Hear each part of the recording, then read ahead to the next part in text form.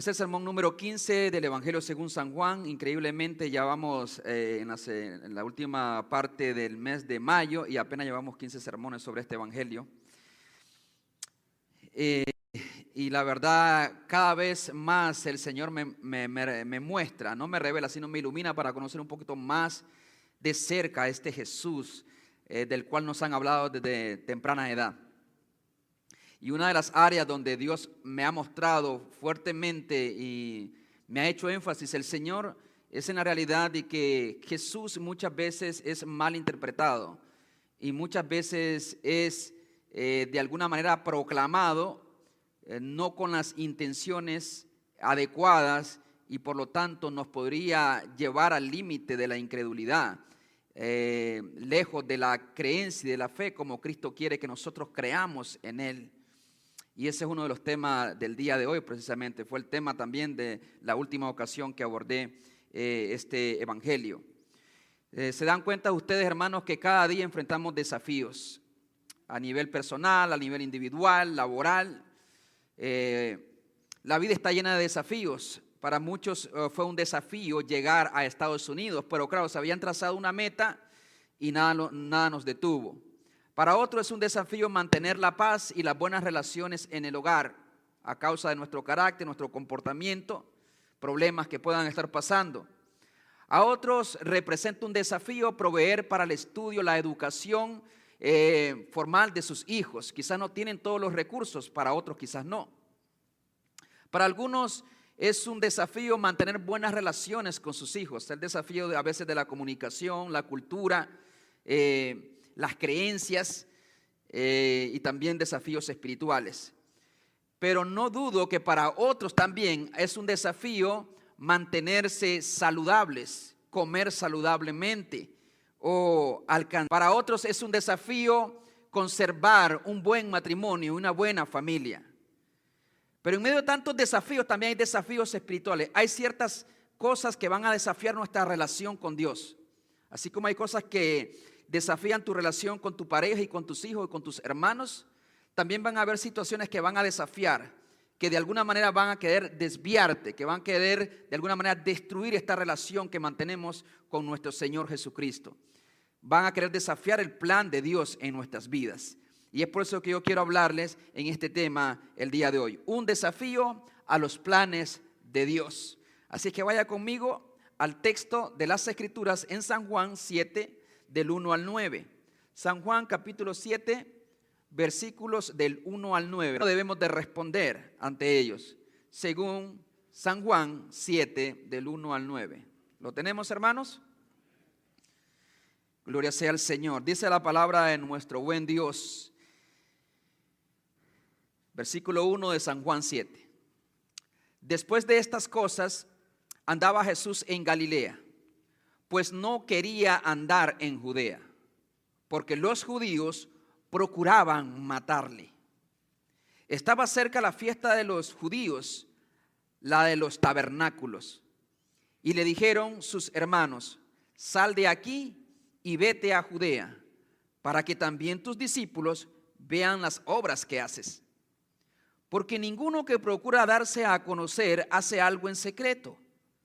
Si estas cosas haces, manifiéstate al mundo, porque ni aun sus hermanos creían en él.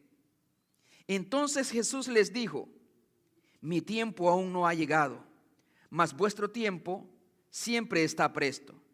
No puede el mundo aborreceros a vosotros, mas a mí me aborrece, porque yo testifico de él, que sus obras son malas. Subid vosotros a la fiesta. Yo no subo todavía a esa fiesta, porque mi tiempo aún no se ha cumplido. Y habiéndoles dicho esto, se quedó en Galilea. Vayamos a Dios en oración. Mi Dios, humildemente nos acercamos ante ti en esta tarde, suplicándote, mi Dios, que seas propicio a cada una de nuestras necesidades, en medio de los desafíos que podamos vivir en nuestra relación contigo, en los planes que tú tienes para nuestras vidas. sabemos que se interpondrán muchas cosas que quieran desviarnos. Ahora, oh Dios, suplico que a través de tu palabra encontremos luz, dirección y que podamos responder bíblicamente cuando estos desafíos se crucen en nuestro camino. Guarda nuestras vidas y guárdanos en tu verdad. En Cristo Jesús. Amén y amén. ¿Pueden sentarse, mis hermanos?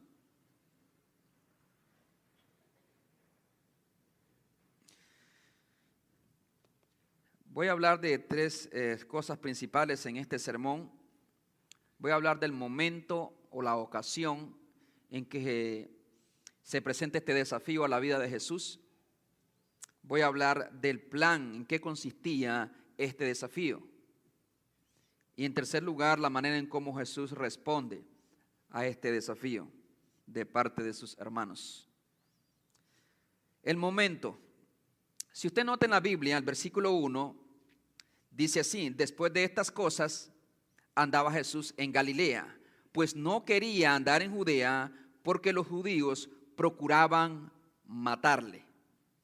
Esta es una etapa en el ministerio de Jesús, ya al final, básicamente, el ministerio de Jesús, en donde muchas personas habían escuchado acerca de Jesús, el mensaje de Jesús y de las cosas que Jesús hacía, y se había levantado un propósito entre los líderes religiosos. Y el propósito era precisamente acabar o matar, asesinar a Jesús. Jesús representaba un problema para la élite religiosa. Así como Jesús representa un problema, el verdadero Jesús bíblico representa un problema para muchas personas y no quieren conocer al verdadero Jesús. De manera que Jesús, a manera de precaución y con prudencia, Él se ha apartado de Jerusalén y de Judea. Recordemos que en Jerusalén estaba concentrada la religión. Los grandes líderes religiosos estaban en Jerusalén, en el templo. Y Galilea era una provincia al norte de Judea o de Jerusalén. De tal manera que Jesús por largo tiempo hizo su ministerio en Galilea. La mayor parte del ministerio de Jesús fue en Galilea. Pero aquí notamos específicamente por qué Jesús se encontraba en Galilea, donde Él creció. Dice la Escritura: porque los judíos procuraban matarle. Ahora, recordemos, hermanos, que mucha gente ya había abandonado a Jesús. Versículo 66 del capítulo 6 nos narra las Escrituras, nos narra San Juan, que muchos discípulos volvieron atrás. Y ahora encontramos aquí que Jesús se apartó a estos lugares más aislados, donde también seguía predicando la palabra de Dios, porque entre los judíos se había levantado un claro propósito para darle muerte, para acabar con la vida de Jesús. Muchos le llaman a esto lo que podríamos nosotros conocer como un punto bajo en su ministerio, dice R.C. Sproul en específico. Cualquiera podría decir: mucha gente se fue, Jesús se ha alejado, se ha aislado, su ministerio parece que fracasó. Parece que no ha tenido gran impacto. Los miles de seguidores que se relatan al inicio del capítulo 6, la inmensa mayoría dio la vuelta y se fue. No podían soportar las enseñanzas de Jesús, porque estaban interesados no en Jesús, sino en las cosas que Jesús ofrecía. Y es ahí donde nuestro cristianismo se parece muchísimo a la fe y al cristianismo de estos discípulos que desertaron. Vivimos un momento, en un tiempo en donde se enfatiza tanto el bienestar del hombre, que ciertamente Dios está buscando el bienestar del hombre, pero no es el propósito final por el cual nosotros debemos de seguir a Jesús, por el cual nosotros debemos de venir a la iglesia. El propósito principal, y lo ha demostrado una y otra vez Jesús, es que nosotros creamos en Jesús y vivamos para Él con un deseo genuino por conocerle, por adorarle y por servirle, sin esperar tanto de Él, sino es una relación sin intereses, simplemente por amor. Amarás al Señor tu Dios con todo tu corazón, con toda tu alma, con toda tu mente y con todas tus fuerzas, y a tu prójimo como a ti mismo. O sea, la relación con Jesús no debería ser una relación por intereses, sino una relación por amor. Ahora, en esa relación con Jesús nosotros nos beneficiamos ampliamente. El joven que quiera seguir a Jesús de corazón se va a beneficiar ampliamente, desde lo más profundo de su corazón, en su familia, en sus comportamientos, en todo lo que tiene que ver con nuestra vida aquí ahora. Jesús, claro, nos va a bendecir y veremos sus bendiciones una y otra vez como la hemos visto cada uno de nosotros. Pero no debe ser lo que nos mueva para estar cerca de Jesús. Y eso Jesús viene tratándolo una y otra vez. Y por eso mucha gente abandonó a Jesús. Y ese es el Jesús que temo yo que la religión nos ha sembrado en los últimos años. De tal manera que nos hemos convertido en una iglesia interesada solamente en los beneficios que podemos extraer, que podemos tomar de nuestro Señor Jesucristo. Queremos usar a Dios para nuestros planes. Queremos usar a Dios para nuestro beneficio.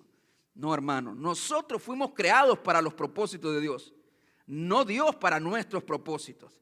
De tal manera que nosotros tenemos que reorientar nuestra vida en torno a la enseñanza bíblica y al verdadero Jesús, que nos desafía también en esta hora a seguirle con las intenciones correctas. Mucha gente por eso procuraba matar a Jesús. En primer lugar, porque Jesús quebrantaba, según ellos, el día de reposo. Más bien Jesús quebrantaba sus tradiciones que ellos las habían elevado a tal nivel como si fueran igual o más altos que la palabra de Dios. Ese es el problema. Usted nota en el versículo 23 del capítulo 7, versículo 23, ahí en San Juan, dice la Biblia: si recibe el hombre la circuncisión en el día de reposo, para que la ley de Moisés no sea quebrantada, dice Jesús, ¿os enojáis conmigo porque en el día de reposo sané completamente a un hombre? Y esto aparece narrado, de esta sanidad, es el hombre que estaba a la orilla del estanque de Betesda, recordemos. Ahí es donde empieza todo este complot y este deseo por matar a Jesús. Dice San Juan 5:18, para que miremos el contexto, la intención, la causa por la cual querían matar a Jesús. Dice la Biblia, el versículo 18 de San Juan 5. Por esto los judíos aún más procuraban matarle, porque no solo quebrantaba el día de reposo, sino por dos cosas. Aquí esto es muy importante, ponga el ojo acá. No solamente quebrante el día de reposo, Jesús no quebrantó ningún día de reposo, quebrantó sus tradiciones, sino que también decía que Dios era su propio Padre, y añaden, haciéndose igual a Dios. No aceptaban que Jesús quebrantara su tradición y no aceptaban tampoco que Jesús se llamara o reclamara ser el mismo Dios viviente, creador de los cielos y de la tierra. Por eso es que decimos que Jesús es el mismo Dios, el Dios trino manifestado en tres personas. Es distinto del Padre, pero es igual en atributo, en poder, en potencia, en sabiduría, en eternidad. Es igual, no hay ninguna distinción. Claro que hay un orden en la Santísima Trinidad. Pero esto era algo que no podían soportar. Como mucha gente no puede soportar el verdadero evangelio. Va a ser chocante a sus oídos. Va a ir en contra de lo que han aprendido a lo largo de su vida en sus iglesias, en sus religiones. Pero cuando nos acerquemos a las Escrituras y vemos a este Jesús, es imposible ignorar a Jesús. O tienes que amarlo o tienes que odiarlo. Pero no hay término medio con que Jesús sí es mi best friend, es mi mejor amigo, pero vivo la vida como yo quiera, cuando Jesús también ha declarado que Él vendrá no solamente para levantar a su iglesia, sino para juzgar a los vivos y a los muertos. Jesús, el Jesús de la Biblia, muchas veces es ignorado en la vida de muchos creyentes y en muchas iglesias y denominaciones en general. Por eso querían matar a Jesús. Porque su palabra era para ellos dura, difícil de sobrellevar. Porque hablaba con autoridad, hablaba en el nombre de Dios y hablaba precisamente en contra del pecado, en contra de las tradiciones, y hacía objeto de adoración a Dios y solamente al Señor. Momentos peligrosos para Jesús.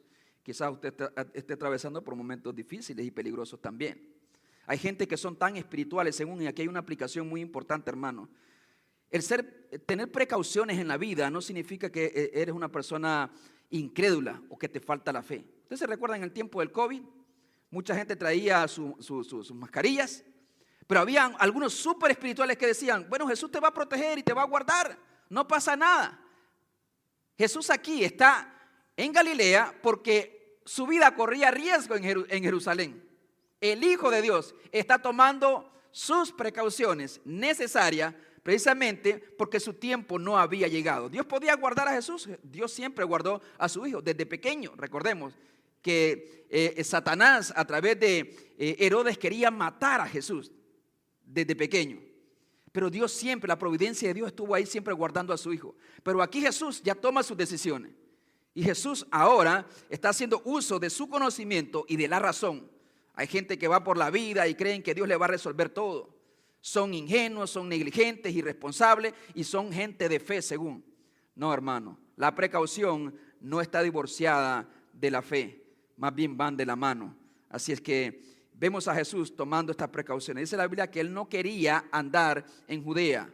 No es que no se atrevía como un acto de cobardía, es que no quería estar ahí para evitar conflictos con los judíos porque no era el tiempo de que Jesús muriese. Jesús va en el cronómetro del Señor, no en el cronómetro del hombre. ¿Qué podemos rescatar también acerca de este momento? Dice el versículo 2, cuando llega el desafío, un momento peligroso, un momento de precaución, pero también era una gran oportunidad para que Jesús, digamos, desviara los planes de Dios e implementara los planes del hombre. Dice el versículo 2, estaba cerca la fiesta de los judíos, la de los tabernáculos. Quizás a usted no le diga mucho, quizás no sabe qué es la fiesta de los tabernáculos, pero le explico un poco. La fiesta de los tabernáculos celebraba dos cosas. Uno, la gratitud por la gran cosecha que Dios había provisto a su pueblo, y también era una conmemoración del tiempo de peregrinaje por el desierto. ¿Por qué? Porque en la fiesta de los tabernáculos construían esos pequeños tabernáculos, pequeñas tiendas, como esas tienditas de campaña. Y el pueblo de Israel se iba a Jerusalén y establecía estas tiendas por todas partes, como que usted mirase un montón de tiendas de campaña aquí alrededor en Oklahoma. Y aún las personas que viviesen en Jerusalén tenían que salir de sus casas y en el patio de su casa o en las terrazas, ahí construir una pequeña tiendita para habitar en ese lugar por 7 días, por una semana. ¿Sabe para qué? Para eso, para recordar que un día fueron peregrinos, que un día no tuvieron un hogar, que un día no tuvieron una tierra y que todo lo que tenían era gracias a la misericordia de Dios. Yo creo que necesitamos construir pequeños tabernáculos, hermanos. A muchos se nos olvida de dónde Dios nos trajo, de dónde Dios nos sacó, lo que no teníamos allá y cómo prometíamos a Dios tantas cosas al llegar acá. Pero nos hemos olvidado que es la gracia y la misericordia y la providencia de Dios las que nos tiene aquí de pie. No solamente con vida, sino también ampliamente bendecidos. Exageradamente bendecidos, inmerecidamente bendecidos. Y aún así nos cuesta ser agradecidos porque aún nos sigue pareciendo poco lo que recibimos de Dios y mucho lo que le damos. ¿Se acabaron los amén? ¿Dónde están estos amén, hermano? Nos parece poco lo que recibimos y mucho lo que le damos. Dios te da 7 días, 7 días de la semana son, ¿verdad? 5 días, 6 días tú puedes trabajar. Y un día se lo puedes dedicar al Señor. Puedes servir al Señor. Es triste que muchas personas a mí me dicen, llamé a 5, 8 personas, me decían, hermano, para que me vinieran a ayudar. Y solamente vinieron 2 a ayudarme. ¿Dónde están los otros 6? O como diría Jesús, ¿dónde están los otros 9? Para que sirvan, para que vengan agradecidos, como este pobre samaritano, que fue el único que volvió. Eso era lo que recordaba la fiesta de los tabernáculos al pueblo de Israel. Y era una cosa increíble, era una cosa como el 4 de julio acá y aún mayor. Venían de todas partes de Israel y todo varón tenía que asistir a esta fiesta. Era una de las 3 más importantes. Esta era una de las fiestas más importantes en el calendario judío. Y era una cosa así que desfilaban y con trompetas y alabanzas y cánticos y oraciones colectivas, alabando y glorificando al Señor. Y no se daban cuenta que todo eso era una sombra de lo que Jesús nos ofrece y lo que Jesús hace en nuestras vidas. Pero hermano, había cantidad de gente. Y era una oportunidad para que Jesús recuperara a todos los discípulos que había perdido en el capítulo 6. Esto es muy importante porque cualquiera pudiese haber pensado, esta es una gran oportunidad, la tenemos que aprovechar. Tenemos que atraer nuevamente a los discípulos. Dice el capítulo 6, versículo 66, que muchos de los discípulos le abandonaron. Pero aún peor aún sus hermanos no creían en él. Usted se preocupa a veces porque un familiar no ha conocido a Cristo y a veces se culpa a usted mismo o sus familiares lo culpan a usted por ciertas actitudes y comportamientos.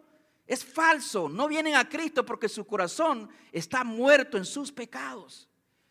Todo lo demás es excusa, todo lo demás es excusa.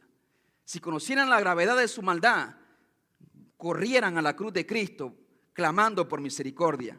Ni aún los hermanos de Jesús creían en él. Y ahorita vamos a ver eso. Veamos el plan entonces de los hermanos, porque esta es una gran idea de sus hermanos, de las personas incrédulas. Porque a veces nosotros seguimos consejos, si no por las redes, en las relaciones que tenemos, seguimos consejos de incrédulos. Las tinieblas iluminando a la luz. No hay tal cosa. Y no es que no podamos aprender algo al mundo, pero en asuntos espirituales, de conducta, creemos que la Biblia y Cristo es suficiente para el creyente. Dice la palabra del Señor en el versículo 3. Mire usted conmigo. Y le dijeron sus hermanos: sal de aquí y vete a Judea para que también tus discípulos vean las obras que hace. En primer lugar, ¿quiénes proponen este plan a Jesús? Sus hermanos. Hermanos, valga la redundancia, a veces, digamos, la estrategia o el plan del enemigo llegará a través de personas muy cercanas a ti, que tienen gran influencia en tu vida. Entonces tienes que tener los oídos abiertos y también los ojos abiertos, como dijo Jesús, velad y orad, para que podamos reconocer qué cosas nos están desviando del propósito del Señor, del plan del Señor. ¿Qué cosas me están desviando de la voluntad de Dios? El deseo que tiene mi hijo. Hace poco, y le agradezco a una hermana que me comunicó que a los hijos, el gobierno de aquí de Oklahoma estaba ofreciendo cierta ayuda para los niños que quieran estudiar en una escuela privada. Y yo agarré la información, hice todo el procedimiento, pero cuando estaba ahí en ese lugar en la oficina, llenando los papeles, me pregunté y dije: ¿quién va a hablar a la amiga de Osana? Como ella me ha dicho que le ha hablado a alguna de sus amigas, a Skyler, a Quinn y a otras que me mencioné. Estoy sacando la luz de las tinieblas. ¿Quién los va a iluminar? Yo sé que Osana no es la única, pero nosotros somos la luz del mundo. No puedes agarrar la luz y esconderla. Tenemos que mandarla, tiene que ser saetas que nosotros mandemos al mundo, nuestros hijos, preparados con la palabra de Dios. No digo que esté mal tener una escuela privada, pero en mi convicción, en ese momento, como que un rayo atravesó mi alma y me dijo: no está bien. Sí, hay más posibilidades de que ella crezca en su relación, pero eso es responsabilidad tuya, de que crezca, que me conozca, pero que ella vaya al mundo. No estoy en contra de las escuelas cristianas, no me malinterprete, pero a mí, en lo personal, consideré que no era el tiempo de Dios en ese momento para eso. Entendí que el plan de Dios era diferente y entonces me moví en el plan del Señor. Porque, hermanos, hay muchas cosas que van a ser oportunidades, pero pueden ser una desviación, una distracción en tu relación con Dios. Si cada uno de nosotros analizamos las decisiones que estamos tomando y por qué las tomamos en nuestro trabajo, en nuestro hogar, con nuestros hijos, muchas de esas cosas no las está guiando el Espíritu de Dios, sino una gran oportunidad que tenemos por delante. Hay gente que dice: Dios me bendijo y me dio una gran oportunidad de trabajar un domingo. No, hermano, si tú trabajas el domingo, eso no te lo puso Dios, te lo puso el diablo. Tú no estás siguiendo a Cristo, estás siguiendo al diablo. Y el diablo paga mal, el diablo paga muy mal. Porque Dios nunca te va a llamar a trabajar un domingo, hermano. Excepto, obviamente, o sea, que hay situaciones exageradas y extremas en donde yo sé que no existe, no es un deseo tuyo por estar ahí. Pero algunos andan buscando trabajar el domingo. Creo que todos deberíamos de estar en la casa del Señor el domingo, 6 días podemos trabajar y te cuesta darle un día al Señor. Eso es lo que recordaba la fiesta de los tabernáculos. Pero aquí tenemos los hermanos de Jesús con una gran idea. Hermanos de sangre, sí, eran hermanos de sangre. No eran primos. O es que a todos los israelitas se le llamaban hermanos. No. Hermanos, adelphos en griego. Y los identifica específicamente la Biblia en Marcos 6:3. Sus nombres eran Jacobo o Santiago, José, Simón y Judas. Y dice, y las hermanas también no están aquí. Y se los voy a leer por si alguno tiene alguna duda. Marcos 6:33. Mire lo que dice la palabra del Señor. Los hermanos de Jesús. Marcos 6:33. Dice la palabra del Señor así. 6:3, perdón. 6:3 del Evangelio según San Marcos. Hablando de Jesús. Después que Jesús había hablado y la gente se admiraba de su sabiduría. Dice en el versículo 3. ¿No es este el carpintero? Esa era su profesión de Jesús. Era un carpintero. ¿No es este el carpintero? Ya lo conocían. Están hablando específicamente de la vida de Jesús. Nosotros sabemos quién es él. Es el carpintero que nos arregló la silla la otra vez. Hijo de María, hermano de Jacobo. Hermano de Jacobo, está hablando de su familia. Ese es el contexto de su familia. ¿De dónde viene este individuo para ellos? ¿De dónde viene este Jesús? No está hablando de los hermanos de Israel, no. No está hablando de sus primos, está hablando del núcleo familiar, de la identidad según la carne de Jesús. Y dice en primer lugar, este es un carpintero, sabemos a qué se dedica. Sabemos quién es su mamá, es María. Y también sabemos quién es sus hermanos. No, los hermanos ahí significa Israel, no. Está hablando aquí en el contexto, el núcleo íntimo, su familia. Dice el versículo 3. Hermano de Jacobo, de José, de Judas y de Simón. ¿No están también con nosotros? ¿No están aquí entre nosotros sus hermanas? Ahí está en la Biblia, hermano. No le quieras dar vuelta a la Biblia. Es ofensiva para algunos que tienen una religión diferente, pero ahí está. No la puedes torcer ni la puedes cambiar. Está escrita con el dedo del Dios eterno. Respetamos y valoramos lo que hizo María. Y es digno de imitar lo que hizo María. Pero la Biblia dice claramente que Jesús tenía hermanos. No tienes que ponerle más a la Biblia. No tienes que buscar otra interpretación más que está ahí clara. Pero esos hermanos eran incrédulos. Y aquí quiero hacer algo muy importante, hermano. Eso lo aclara el versículo 5, porque estoy hablando de sus hermanos. Dice el versículo 5 de San Juan, donde estamos, San Juan capítulo 7, versículo 5. Porque ni aún sus hermanos creían en él. Porque sí suele pasar que la familia, el círculo más íntimo, suelen ser los que a veces más nos desaniman o que menos creen en lo que Dios está haciendo en mi vida o lo que Dios puede hacer en mi vida. Igual Jesús lo había declarado, nadie es profeta sin honra, sino en su propia tierra. Esta gente incluso está dando testimonio de eso. Hay en Marcos 6:3 donde leímos, este es Jesús, sabemos quién es él. Pero si hubiera venido de Jerusalén, vestido como un fariseo, lo hubieran escuchado quizá. Pero había un prejuicio sobre él, y es lo que pasa. El asunto es que sus hermanos no creían en él. Y a mí me llama la atención eso. Hermanos, Jesús creció con ellos. Jesús no creció aislado. Jesús creció con ellos. Vieron el comportamiento de Jesús, su santidad, su perfección, su sabiduría. Pero no habían creído. Pero ojo, no es que eran enemigos de Jesús como los fariseos. Ellos creían que Jesús podía hacer grandes milagros. Y la propuesta de ellos es 100% honesta. Le dicen a Jesús, ¿por qué no vamos a Judea? ¿Por qué no sales de este lugar que está escondido? Y vas a Judea. Recuerda que es la fiesta de los tabernáculos. Miles de millones de personas se van a congregar ahí. Y es una gran oportunidad para que tú hagas tus milagros y entonces te corones como rey. Puedas llegar a ser rey. Puedas recuperar a todos tus seguidores y puedas llegar a ser rey de Israel. Ellos creían que Jesús podía hacer milagros. Claro que sí.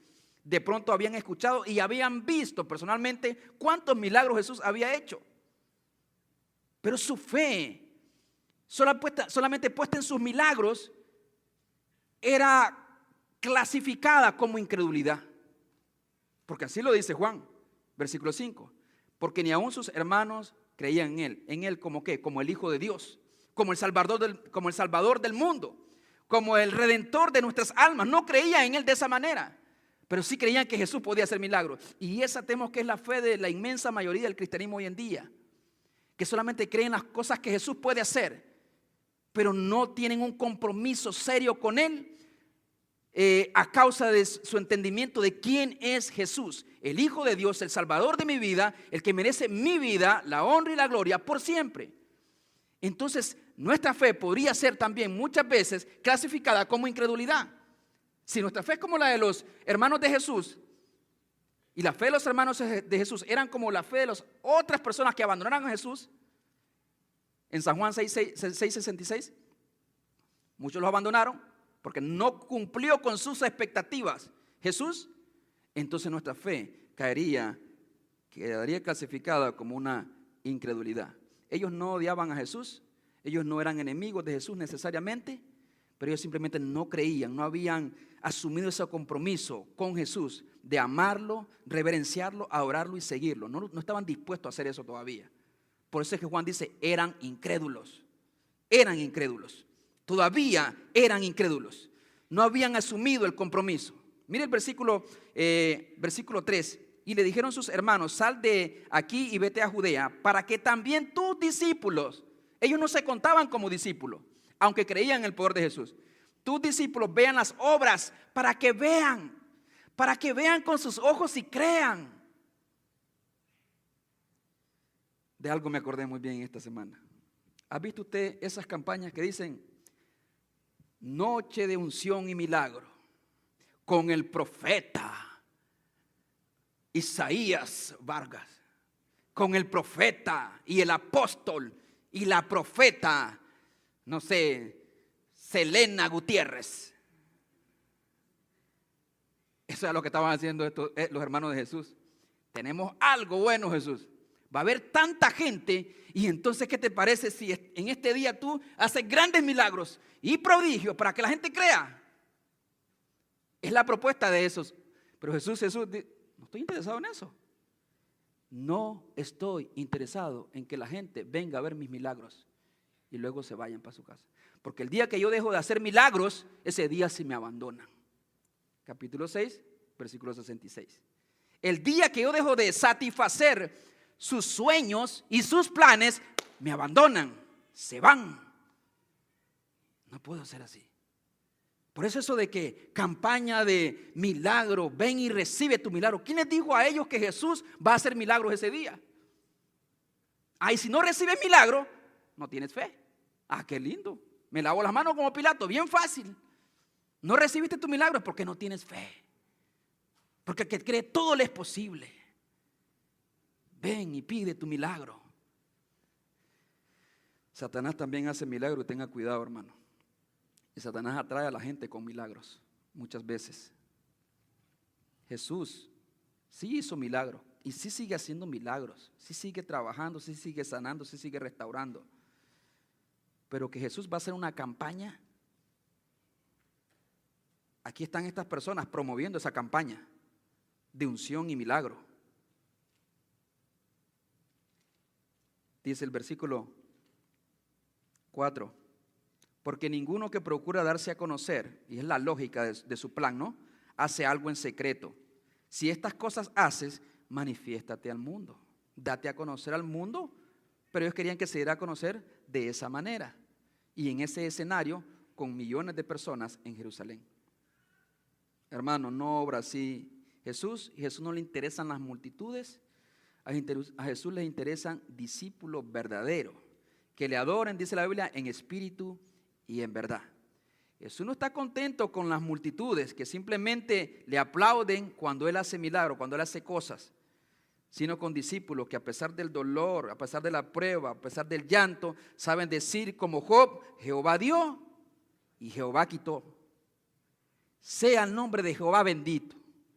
Lo que decía Job es que no voy a limitar mi adoración porque Jehová me haya dado o Jehová me haya quitado. Jehová merece ser adorado por encima de mis circunstancias, de mis pruebas, de mi dolor, de mi llanto. Cristo debe ser puesto en alto. Amén, hermano. Ese es el verdadero cristiano. No aquel que me miraron mal y me voy de la iglesia. Ya no hizo más milagros. Ya no cumplió mis expectativas a la iglesia y me voy. Mira a Cristo, hermano, y solo a Cristo. El hombre te va a decepcionar. Cristo te va a edificar tu alma para que todos crean. Y miremos la última parte, cómo Jesús responde. Dice el versículo 6. Entonces Jesús les dijo: mi tiempo aún no ha llegado, mas vuestro tiempo siempre está presto. No puede el mundo aborreceros a vosotros, mas a mí me aborrece, porque yo testifico de él que sus obras son malas. Por eso me aborrece el mundo, porque básicamente pongo la luz donde ellos no quieren que se ponga la luz, en las cosas que ellos quieren esconder, en la hipocresía de los fariseos, en la idolatría, en las tradiciones, en tantas cosas. Odian que yo ponga la luz ahí, dice Jesús. Por eso me odian, por eso me aborrecen a mí. A ustedes no los aborrecen, ¿por qué? Porque ustedes no están proclamando la verdad. Porque ustedes, hasta ese momento, ellos eran del mundo porque eran incrédulos. En ese momento ellos eran del mundo, sus hermanos de Jesús. Por lo tanto, dice, en primer lugar, mi tiempo aún no ha llegado. Oh, hermano, el tiempo de Dios. A veces hay cosas que Dios te va a dar, pero no es el tiempo. Dios sigue trabajando, pero no es el tiempo. No es el tiempo. Dios te va a dar un esposo, pero no es el tiempo todavía. Esos niñitos que andan de 12, 13 años que ya tienen novia y novio, es una locura. El noviazgo debería ser una antesala para el matrimonio. Usted le pregunta a esos niños de 12, 13 años: ¿cuándo te vas a casar con ella? No, loco, ahorita no. ¿Y qué hace con eso?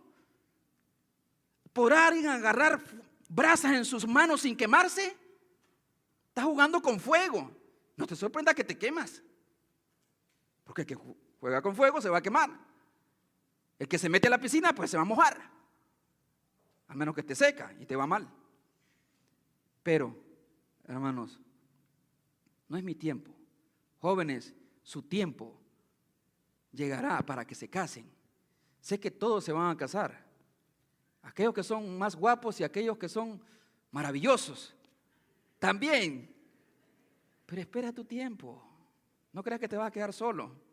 Alguna cieguita va a salir por ahí. Dios te va a bendecir con una buena esposa, con un buen esposo. Trata de tú ser un buen esposo cuando llegue ese tiempo y una buena esposa. Prepárate. Mira hacia el futuro. Sigue los planes de Dios. No te desvíes en cosas secundarias. Mantén firme tu mirada en Cristo y en los planes que Dios ha puesto en tu corazón. Créeme que si sigues ese consejo, vivirás de una manera muy agradable, grata para ti y para los tuyos eventualmente. Una cosa que hay que manejar bien en los tiempos. ¿Sabe qué, hermano? En la música, por ejemplo, puedes hacer bien, tocar muy bien tu instrumento, pero si te pierdes en el tiempo, eres un desastre. Lo echas a perder todo. Hay algunos aquí que saben mantener el tiempo.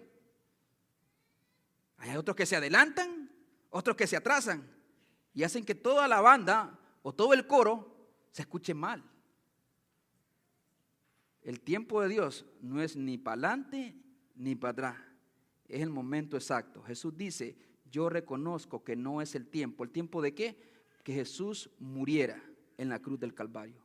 Recordemos que estaban buscando para matarlo y Jesús dice: no es mi tiempo todavía, no es el Kairos. Y yo había pensado por un momento que podía ser el tiempo para subir, porque Jesús eventualmente sube a mediados de semana. Pero no, porque Jesús no está hablando de un cronos, está hablando de un Kairos. No es el tiempo propicio para que yo suba todavía. Y obviamente para que sea sacrificado. Jesús comprende los tiempos de Dios. Aprende a entender los tiempos de Dios, mi hermano, y verás cómo la vida te va a cambiar. No es el tiempo del Señor todavía. Jesús comprendía el odio, no le sorprendía el odio de las personas. Que no te sorprenda, hermano, hermana, si en tu trabajo te rechazan, si en tu escuela te rechazan. Jesús dice: es natural. ¿Por qué? Porque yo testifico de sus obras que son malas. Por eso el mundo me aborrece. El mundo, hermano, si eres cristiano de verdad, muchos de tus compañeros te van a rechazar. Muchos de tus compañeros de clase te van a rechazar.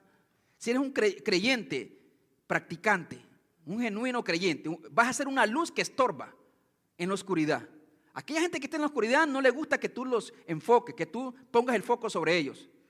Y a veces no tienes ni siquiera que decir una palabra, solamente con tus actitudes, solamente con agarrar tus cosas de ese lugar y te vas. La gente se va a ofender. ¿Sabes por qué? Porque estás diciendo tus obras están mal. Sin palabras. Cuando tú dices, no quiero tomar, lo estás ofendiendo. Porque ofende su naturaleza humana, su vicio. Con esa actitud tú le estás diciendo, eso está mal. Entonces, a veces aún sin palabras, aquel que es la luz va a ofender a otros. No es nuestra intención ofender, pero se van a dar esas ofensas muchas veces y te pueden aborrecer. Y el compromiso de Jesús con el plan de Dios. Jesús dice, yo no voy todavía. Dice el versículo 8. Subid vosotros, yo no subo todavía a esa fiesta, porque mi tiempo aún no se ha cumplido. No ha llegado el tiempo todavía. Llegaría el tiempo en que Jesús subiría y llegaría con lágrimas a Jerusalén por la dureza del corazón de los israelitas, pero habría llegado el tiempo. Ese tiempo que Dios en la eternidad había planeado y había establecido. La hora, el día, el lugar en que Jesús tendría que padecer en manos de los pecadores. Ahora, ¿cómo podemos entender todo esto? Hay muchas aplicaciones, pero nada más considera, hermano, que tu relación con Dios, muchas personas, a veces cercanas, van a estorbar para que los planes de Dios no se cumplan. A veces no van a hacer con malas intenciones. No creo que los hermanos de Jesús tenían malas intenciones, pero tienes que aprender a discernir. ¿Es esto la voluntad de Dios? Esto nos acerca más a Dios como familia y como iglesia, o nos aleja más de Dios. Van a haber buenos amigos que honestamente te van a decir con toda honestidad, ven y pasémosla bien, porque ellos según se la pasan bien. Pero la pregunta es, ¿qué voy a hacer yo? ¿Qué dice Dios? ¿Este es el tiempo para que yo salga? Algunos que se creen muy, hermano. Entonces la gravedad y la debilidad humana está en reconocer que somos débiles y necesitamos depender de Cristo. Pablo dijo, cuando soy débil, yo me puedo estar ahí en medio de esa gente y yo lo puedo hacer. El hombre sabio en mi relación con Dios estamos haciendo. Si algo te desvía de Dios, tenemos que aprender a decir poco era el tiempo del Señor. Así, hermano, cada uno de nosotros, cada día, o en seguir, ¿por qué algo ocurrió? Desafío. Es la palabra de Dios la que cambiará el corazón del hombre, no un milagro. No hay tiempo para que yo voy a hacer a un lado a los que yo conozco. Ellos tienen buen. Quizá usted viene, pero Dios dice, mijo, ¿cuándo vas a dar? Será un hombre que es ciega, no servir a Dios. Pero yo tengo una. Nadie me quita la vida, dijo Jesús. Yo que todo.